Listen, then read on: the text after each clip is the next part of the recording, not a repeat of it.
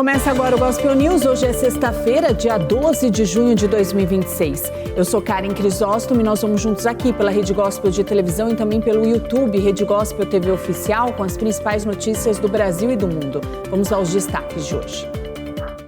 Preços voltam a subir em maio e inflação de alimentos é a maior para o período desde 2008. Tribunal de Contas da União investiga o orçamento paralelo após o governo transferir dinheiro esquecido em banco para bancar programa Desenrola. Itália explica a anulação da extradição de Carla Zambelli e corte aponta a imparcialidade do ministro Alexandre de Moraes. Imprensa iraniana fala em acordo com os Estados Unidos sem concessões sobre Estreito de Hormuz e programa nuclear. Polícia investiga suspeita de estupro no Clube Social do Palmeiras e os preparativos de Brasil e Marrocos para a estreia da Copa do Mundo. Essas e outras notícias do Brasil e do mundo agora no Gospel News.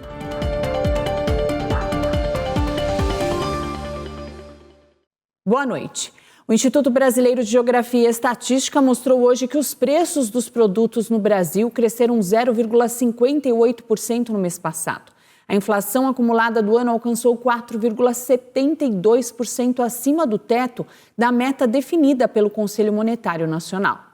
O resultado divulgado nesta sexta-feira aponta para uma desaceleração quando comparado com o registro em abril. Segundo o IBGE, o IPCA de maio cresceu 0,58%, mais uma vez sendo puxado pelo grupo Alimentação e Bebidas. O grupo responde sozinho por 0,29 ponto percentual e registrou alta de 1,33% no período. Segundo o IBGE, o principal fator por trás desse desempenho foi o aumento dos preços dos alimentos consumidos em casa. A inflação do alimento no domicílio registrada em maio de 2026 foi a maior para o mês de maio desde 2008. O resultado também mostrou um aumento nos preços da habitação e saúde e cuidados pessoais. Dentro de casa, o que mais aumentou foi a energia elétrica, por conta da bandeira tarifária amarela que entrou em vigor em diversas capitais. O Grupo Transportes foi o único a registrar queda de preços em maio, com um recuo de 0,46%, puxado principalmente pela redução no valor dos combustíveis, que ficaram 1,95% mais baratos. O destaque ficou com o etanol, que registrou queda de 6,20%. O Tribunal de Contas da União investiga o governo Lula por um suposto orçamento paralelo. Segundo técnicos do tribunal, o dinheiro esquecido nos bancos pelo povo brasileiro foi transferido para um fundo que está sendo usado para garantir o funcionamento do programa Desenrola, que prevê a quitação ou a renegociação de dívidas dos brasileiros. Até o final do mês passado, quase 6 bilhões de reais haviam sido transferidos. Técnicos do tribunal apuram o uso dos recursos para programas federais por fora do orçamento público.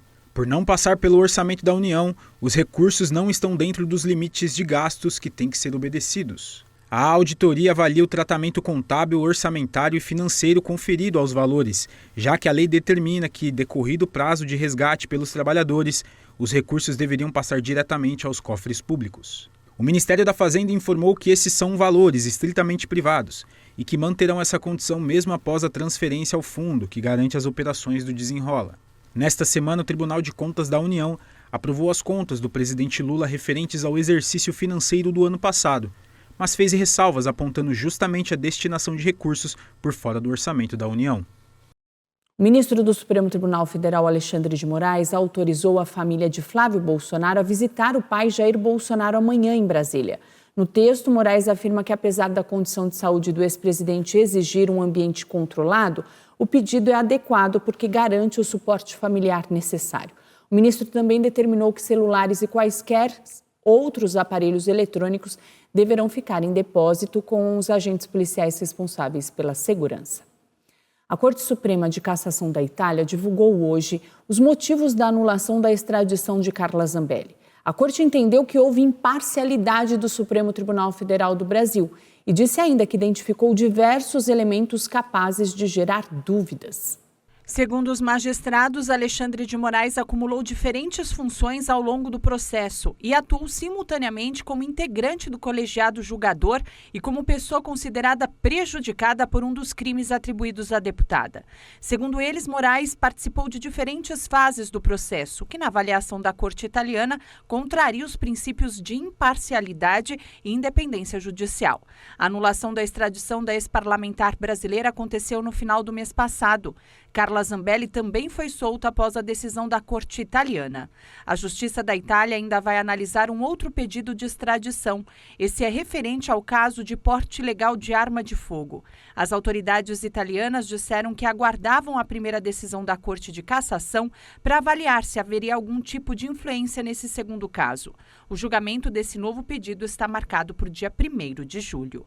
Ela foi condenada pelo Supremo Tribunal Federal a 10 anos de prisão em regime fechado por contratar o hacker Walter Delgatti para invadir os sistemas do judiciário e incluir documentos falsos. Um deles seria um mandado de prisão contra Moraes assinado por ele mesmo e uma ordem para quebrar o sigilo bancário do ministro. O presidente do Supremo Tribunal Federal, o ministro Edson Fachin, criou um grupo de trabalho para discutir uma ampla reforma do sistema de justiça. Segundo o ministro, o objetivo é garantir a modernização do judiciário e mudanças estruturais. No mês passado, o ministro Flávio Dino escreveu um artigo defendendo uma reforma do judiciário para tratar de eficiência e legitimidade institucional. A última reforma na justiça brasileira aconteceu no ano de 2004. O presidente dos Estados Unidos, Donald Trump, disse que um acordo muito bom havia sido alcançado com o Irã e que a assinatura poderia acontecer já neste final de semana. A agência de notícias iraniana Mehr publicou nesta sexta-feira o que apresentou como uma minuta de acordo com os Estados Unidos para pôr fim à guerra. Segundo a agência, o projeto prevê uma cessação permanente e imediata das hostilidades em todas as frentes, incluindo o Líbano, e também estabelece 60 dias de negociações para chegar a um acordo sobre questões nucleares e o levantamento completo das sanções americanas. A agência de notícias oficial IRNA afirmou que a República Islâmica não está comprometida em abrir mão do controle do estratégico Estreito de Hormuz, nem em restaurar as condições que existiam antes da guerra. O presidente dos Estados Unidos, Donald Trump, retirou sua ameaça de lançar novos ataques contra o Irã na quinta-feira, alegando que um plano comum havia sido encontrado. Mas diplomatas iranianos afirmaram logo em seguida que Teherã ainda não chegou a uma conclusão final sobre o acordo. A agência de notícias Tasnim observou que o presidente dos Estados Unidos anunciou 38 vezes nos últimos 2 meses que um acordo de paz entre as partes era iminente. Trump chegou a afirmar que acreditava que o líder supremo do Irã, Mojtaba Khamenei, havia aprovado esse acordo quadro muito sólido e sugeriu que seu vice-presidente, J.D. Vance, possivelmente o assinaria neste fim de semana, mas não deu detalhes sobre o conteúdo do acordo, exceto que ele garantiria a reabertura do Estreito de Hormuz e impediria o Irã de adquirir armas nucleares. A esperança de uma resolução para o conflito e da reabertura dessa importante via navegável para o trânsito global de hidrocarbonetos tranquilizou os mercados e provocou uma queda nos preços do petróleo. A imprensa do Irã apresentou nesta sexta um projeto de acordo com os Estados Unidos para colocar fim à guerra no Oriente Médio. No texto, o Irã retirou as concessões sobre o Estreito de Hormuz e descartou a ideia de discutir o programa nuclear do país. O presidente americano Donald Trump afirmou que um acordo que ele considerou muito bom havia sido alcançado com o Irã. Trump acredita que o líder supremo iraniano, o Ayatollah Mojtaba Khamenei, aprovou pessoalmente o acordo. Entendo que a resposta é sim, declarou o republicano a jornalistas no Salão Oval, quando foi questionado se Khamenei havia dado seu aval. O presidente ressaltou que o acordo em questão é um memorando de entendimento muito importante. É um memorando de entendimento muito forte, um pouco conceitual, mas é algo que será concretizado. E se não for concretizado por algum motivo, o que eu não consigo imaginar que não aconteça, eles querem assiná-lo tanto quanto eu, ou até mais. Mas é um memorando muito detalhado, também foi acordado por muitos outros países que têm grande influência sobre eles, e todos querem que seja concretizado.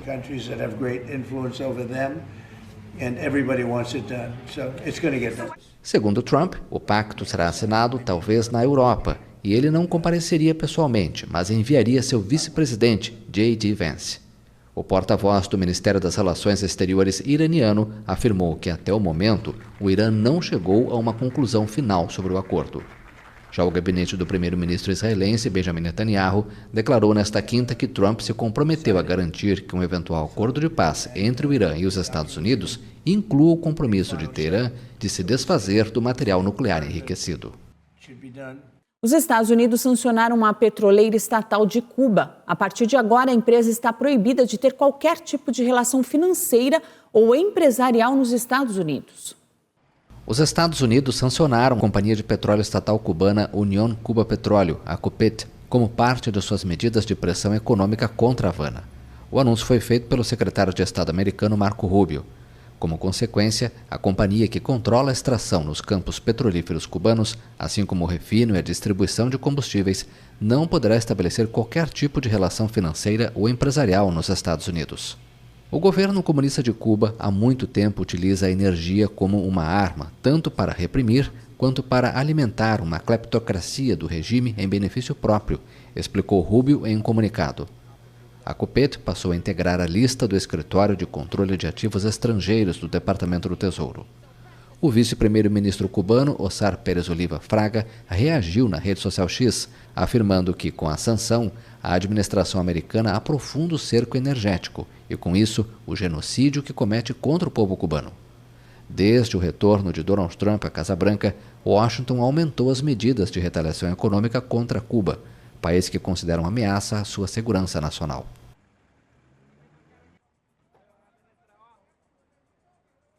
E na Argentina, o chefe de gabinete Manuel Adorni confessou ter ocultado $500 mil nas declarações financeiras.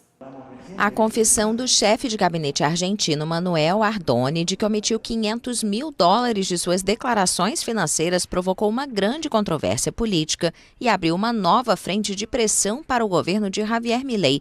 Adorni, de 46 anos, apresentou uma nova declaração financeira, na qual incluiu fundos que, segundo ele, havia mantido não declarados e que provinham de atividades comerciais privadas e investimentos em criptomoedas realizados entre 2014 e 2018.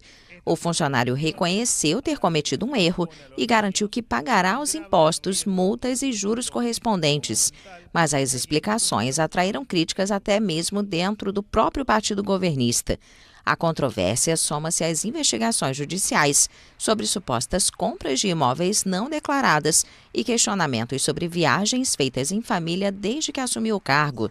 A oposição convocou uma sessão especial para 23 de junho para apresentar uma interpelação e considerar uma possível moção de censura contra Adorni. E no próximo bloco, morre criança de 11 anos com suspeita de envenenamento no Rio de Janeiro. E a polícia investiga a suspeita de estupro no Clube Social do Palmeiras, em São Paulo.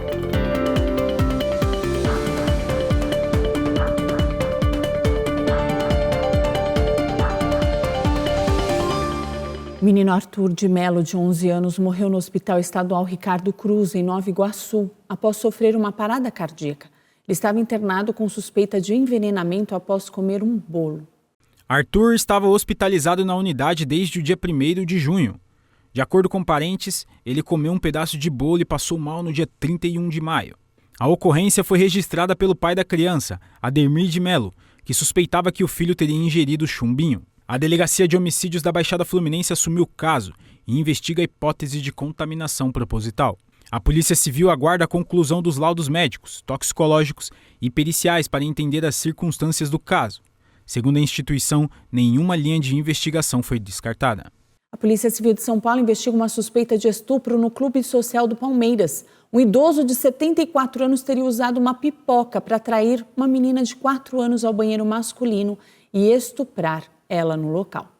A mãe da criança relatou que estava acompanhando os filhos nas dependências do clube quando perdeu a menina de vista por alguns minutos. Pouco depois, a criança reapareceu e contou que havia estado no banheiro masculino. Em depoimento à polícia, ela relatou a estranheza na resposta da menina, que teria dito que aquilo era um segredo. Após insistir, a criança contou o que havia acontecido.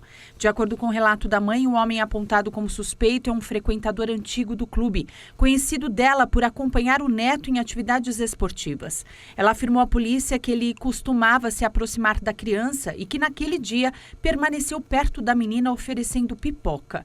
Durante o banho da filha, a mulher disse também ter percebido a presença de secreção na região íntima da criança e procurou a polícia logo em seguida. Funcionários da segurança do clube informaram que as imagens das câmeras mostraram a menina entrando no banheiro masculino e permanecendo no local por cerca de 15 segundos. Segundo o boletim, a criança relatou que o homem a levou ao banheiro e tocou na região íntima. Em nota, o Palmeiras informou que foi procurado pela mãe da criança, que prestou atendimento imediato à família. A presidente do Palmeiras, Leila Pereira, determinou a suspensão imediata do associado apontado como suspeito. Um homem foi preso em Itapecerica da Serra, na Grande São Paulo, por tentar jogar a ex-companheira da sacada do apartamento. Segundo informações, no início do dia, autoridades foram chamadas para apoiar um oficial de justiça para cumprir uma ordem de afastamento. Menos de 2 horas depois de ter sido retirado pela GCM, o homem voltou ao local e atacou novamente a mulher. Ele tentou fugir, mas foi capturado em uma área de mata. A vítima possuía uma medida protetiva contra o agressor.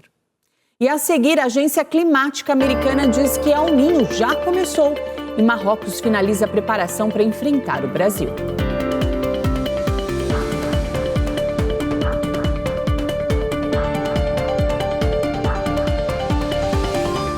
A Agência Climática dos Estados Unidos anunciou que o fenômeno climático El Niño já começou. Cientistas acreditam que as secas, as inundações e temperaturas extremas aconteçam até o final do ano. O El Niño já começou. Foi o que afirmou a Administração Nacional Oceânica e Atmosférica dos Estados Unidos, NOAA, na sigla em inglês. Os cientistas esperam que o fenômeno meteorológico, associado a secas, inundações e temperaturas extremas, se intensifique até o fim do ano e possa atingir uma magnitude histórica. O El Niño eleva as temperaturas da superfície do Oceano Pacífico Equatorial e provoca mudanças globais nos ventos, regimes de chuva e nas condições meteorológicas. Em seu relatório mais recente, os cientistas da NOAA afirmaram que há 63% de probabilidade de ocorrer um El Niño muito intenso entre novembro e janeiro, um dos mais fortes registrados desde 1950. Apesar de ser natural, o fenômeno se soma ao clima de um planeta que já sofre com altas temperaturas provocadas pela queima de combustíveis fósseis. Também nesta quinta-feira, a Organização Mundial da Saúde afirmou que mais de 200 mil pessoas morreram devido a ondas de calor extremas na Europa nos últimos 4 anos. De acordo com a OMS, a maioria dessas mortes era totalmente evitável e estas condições climáticas afetam milhões de pessoas física e mentalmente. Já um estudo divulgado pela Universidade Técnica da Dinamarca nesta quinta revelou que as geleiras da Groenlândia liberam 4 vezes mais icebergs do que há 25 anos devido à mudança climática.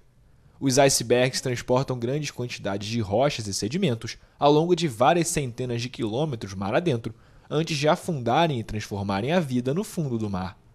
O desprendimento acelerado das geleiras afeta os ambientes costeiros, mas tem repercussões em todo o sistema para além do Ártico. De acordo com especialistas, as consequências não se limitam ao aumento do nível do mar, mas afetam diretamente os ecossistemas das águas profundas, longe das geleiras. Uma bolsa confeccionada com vestígios de colágeno de um osso de um tiranossauro rex foi a leilão nos Estados Unidos. A peça tem valor estimado em até 3 milhões de reais. Uma bolsa de couro reconstruída a partir de fósseis de Tiranossauro Rex será leiloada em Paris.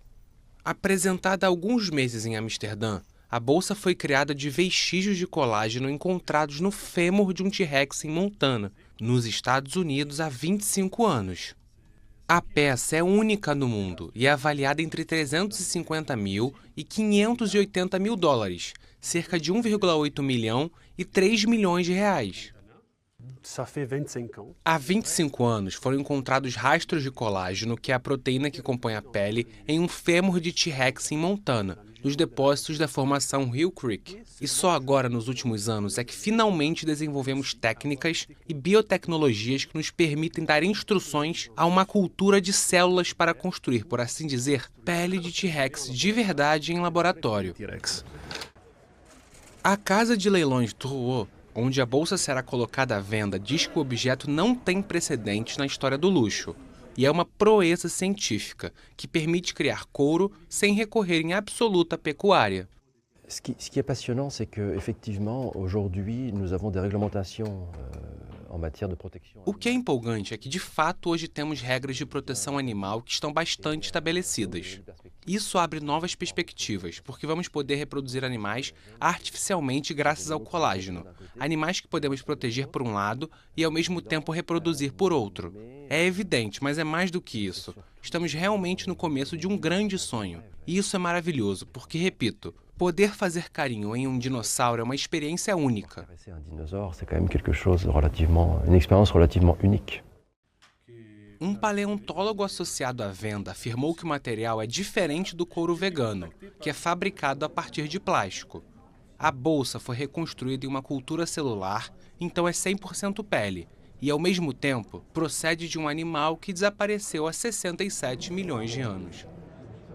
A cantora norte-americana Taylor Swift se tornou a mulher mais jovem a entrar para o Hall da Fama. Taylor Swift se tornou a mulher mais jovem a ser incluída no prestigiado Hall da Fama dos Compositores, em mais um marco na bem-sucedida carreira da estrela pop de 36 anos. Artistas podem ser incluídos no Hall da Fama 20 anos após o lançamento de seu primeiro single comercial. No caso de Swift, foi Tim McGraw, lançado em junho de 2006. Seu sucesso desde então é inegável. Ela gravou 12 álbuns abrangendo gêneros como country, pop e folk. Ganhou 14 prêmios Grammy, incluindo um recorde de 4 na categoria Álbum do Ano.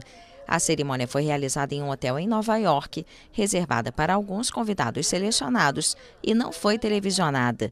A biografia no site do Hall da Fama da Música destaca a capacidade de Swift de se reinventar como compositora, de habitar diferentes paisagens sonoras e escrever com a mesma credibilidade em um gênero como em outro. O texto ainda destaca a ousadia e a coragem de sua arte por explorar novas fronteiras, quando o próximo passo mais prático seria continuar explorando o material que lhe trouxe sucesso em primeiro lugar. As vendas mundiais estimadas de Swift ultrapassam o equivalente a 250 milhões de álbuns. Sua turnê mais recente, The Eras Tour, arrecadou um valor recorde de quase 2 bilhões de dólares. A Casa Branca apresentou a arena de combate que vai ser palco de uma luta do UFC no próximo domingo. A Casa Branca organizou uma visita para a imprensa ao enorme ringue de luta conhecido como The Claw, que vai receber uma luta do Ultimate Fighting Championship, no 80º aniversário do presidente Donald Trump. Os jornalistas tiveram acesso pela primeira vez à estrutura de 28 metros de altura, que se tornou mais alta do que a própria Casa Branca. No centro está o chamado octógono, a área onde 14 lutadores do UFC vão se enfrentar diante de Trump, em um evento sem precedentes na noite do próximo domingo. Muitos não sabem que em Paris, a Torre Eiffel, em 1889, quando foi construída, era para ser desmontada imediatamente depois da Feira Mundial. E então eles disseram, sabe, a gente até gosta dela, vamos deixar por mais um tempinho. E depois disseram, vamos deixar mais e mais e mais. Pois bem, nunca derrubaram a torre. E você sabe, estamos construindo algo em frente à Casa Branca que é bastante atraente para muita gente. Vai receber a grande luta do UFC no dia 14 de junho. E eu estou olhando para aquilo e pensando que talvez nunca, jamais a gente desmonte aquilo. A luta do UFC ocorre no Dia da Bandeira nos Estados Unidos e também na mesma data em que Trump comemora 80 anos. O magnata é o presidente mais velho a ocupar a Casa Branca. A seleção iraniana treinou com portas abertas e permitiu a entrada da imprensa. O time estreia na próxima segunda-feira contra a Nova Zelândia. A seleção do Irã treinou em Tijuana sob os olhares da imprensa pela primeira vez desde que chegou à cidade mexicana, que faz fronteira com os Estados Unidos. Por conta da recusa de Washington em conceder vistos a alguns membros da comissão técnica para as partidas em solo americano, o time iraniano havia compartilhado poucas informações após pousar no México no domingo. O Team Melli permitiu que os jornalistas filmassem 15 minutos do aquecimento de uma parte do elenco. Apenas 12 dos 26 jogadores convocados estiveram em campo e uma ausência notável foi a do atacante Mehdi Taremi. O Irã estreia na Copa do Mundo na segunda-feira em Los Angeles contra a Nova Zelândia. Um representante da equipe confirmou à agência France Press que a chegada da delegação iraniana aos Estados Unidos está prevista para domingo, na noite anterior à partida no país. O embaixador da República Islâmica no México havia declarado na semana passada que a equipe só teria permissão para entrar em território americano na data dos jogos e teria de fazer uma viagem de ida e volta no mesmo dia, cenário que, ao que tudo indica, não vai se concretizar. Teherã manteve a participação da equipe no Mundial em dúvida até o último instante. Na reta final, a seleção iraniana precisou estabelecer sua base em Tijuana em vez de Tucson, no Arizona, planejada originalmente. E o nosso adversário na estreia da Copa, a seleção de Marrocos, se prepara para o jogo de amanhã. O time perdeu 2 jogadores por conta de lesões. A seleção marroquina teve mais notícias. Perdeu 2 jogadores para a estreia no próximo sábado contra o Brasil na Copa do Mundo. O atacante Abdez Al-Zuli e o zagueiro Naef Aguer, lesionados, tiveram de ser cortados. As ausências são uma dor de cabeça para os Leões do Atlas, que mesmo assim mantiveram a união no CT em Basking Ridge, estado de Nova Jersey, e chegaram a treinar de mãos dadas. Os alongamentos e as puxadas com bola parada foram divididos com confraternização. O lateral Hakimi, o maior ídolo da equipe do norte da África, também mostrou descontração e passeou de bicicleta no CT. A partida entre Marrocos e Brasil é válida pela primeira rodada do Grupo C e vai ocorrer no MetLife Stadium, em Nova Jersey. Enquanto a seleção brasileira estreia no Mundial atrás do Hexa, os marroquinos querem refazer a bela campanha de 2022, quando ficaram em 4º lugar, e quem sabe ir ainda mais longe. A seleção de Marrocos possui 7 participações na história da Copa do Mundo.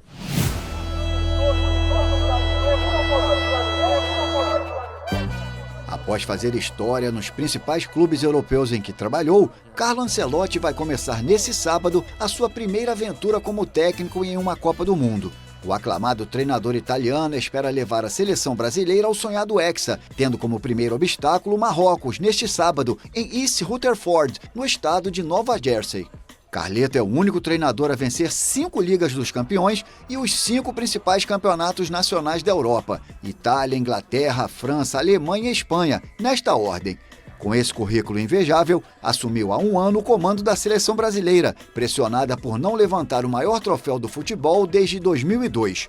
Ancelotti classificou a seleção para a primeira Copa do Mundo sediada em 3 países, mas terminou as eliminatórias sul-americanas em 5º lugar, o pior desempenho da equipe no atual formato de qualificação, que começou para a Copa da França de 1998.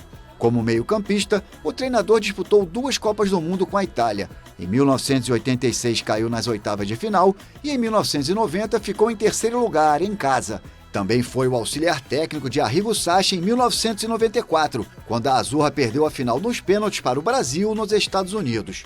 Em sua 4ª Copa, vai tentar acabar com uma escrita, já que o Brasil não conquista um título desde a Copa América de 2019. O primeiro objetivo é vencer os marroquinos, semifinalistas na última Copa em 2022 no Catar, para quem sabe voltar ao mesmo estádio, perto de Nova York, onde vai ser disputada a final da maior Copa de todos os tempos, com 48 seleções e 104 jogos. Capacidade e estrela certamente não faltam para Carlo Ancelotti.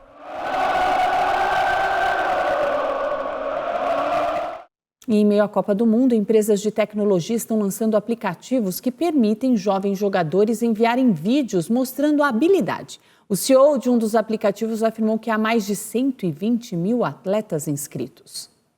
Com a promessa de democratizar o acesso ao futebol através da inteligência artificial, empresas de tecnologia estão se abrindo ao mundo esportivo e apostando no Brasil, o maior produtor e exportador de atletas do mundo. A Suíça Futebol e a Alemanha Cujo lançaram aplicativos gratuitos em que jovens jogadores carregam vídeos mostrando suas habilidades. Suas ações são analisadas e pontuadas por sistemas de IA e encaminhadas a olheiros e clubes. A Futebol trabalha com vídeos de jogos e treinos em que avalia os aspirantes a jogadores. A gente aqui, o cara, sem sair de casa, ele tem um primeiro acesso aos clubes, né? Então, para o lado do jogador, tem esse benefício enorme, né? De encurtar distâncias, evitar ele desperdiçar tempo, recursos. A proposta das plataformas é permitir identificar talentos que estão fora do radar dos grandes centros de formação, por meio da inteligência artificial. Temos cerca de 120 mil atletas na plataforma, e esses atletas são divididos em diferentes níveis. E desses 120 mil, provavelmente temos agora de 14 a 15 mil que avaliamos nos 2 níveis superiores, nos 2 níveis do topo. O objetivo é transformar vídeos simples gravados com telefone em dados de desempenho confiáveis. E não são só os meninos que se beneficiam da tecnologia. Tem meninas que não têm a oportunidade de ter alguém vendo elas. E você postar é muito mais fácil, porque todo mundo hoje tem acesso à internet. Então a inteligência artificial veio só para ser um ponto positivo, para todo mundo ter oportunidade. Mesmo com o papel essencial da tecnologia, a parte humana é determinante na análise final das habilidades avaliadas em cada vídeo.